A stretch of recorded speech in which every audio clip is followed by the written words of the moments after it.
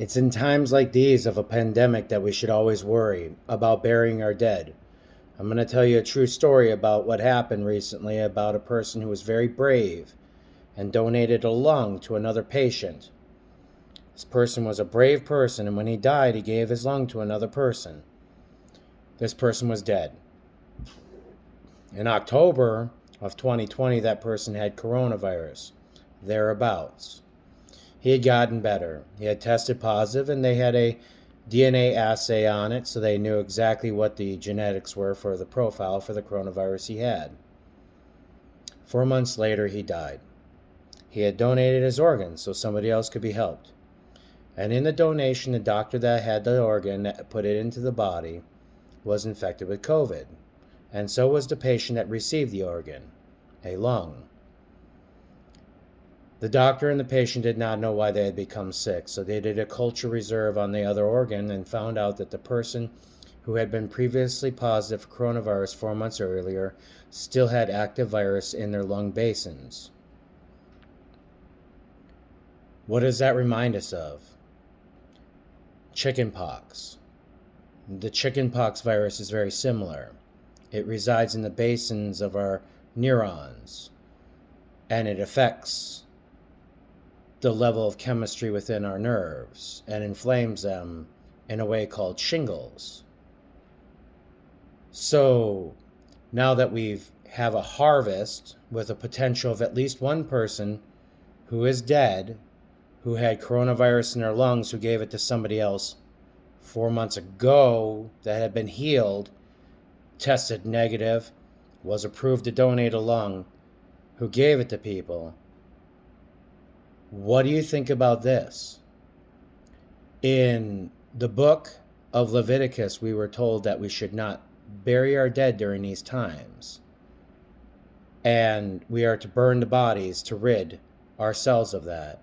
And for those places that are sick, we are to wash them with soap and soda ash. And for the homes, we are to round them with lye. And if a home becomes positive again, we are to burn it to the ground and send their people on the way. What happens if, I don't know, let's use Ecuador. Let's say there's a bunch of dead people buried in Ecuador that have the SARS-CoV-2 original virus, and then you have a bunch of other ones, and they're in these body bags. And these body bags wash down the hill, and their lungs are sucking in and out water, and they're lavaging the lungs. And the people go to pick up the bodies, but they don't know they've got two different contaminated bodies with a virus in them. And now they've got virus that really wants to live because its host is dead.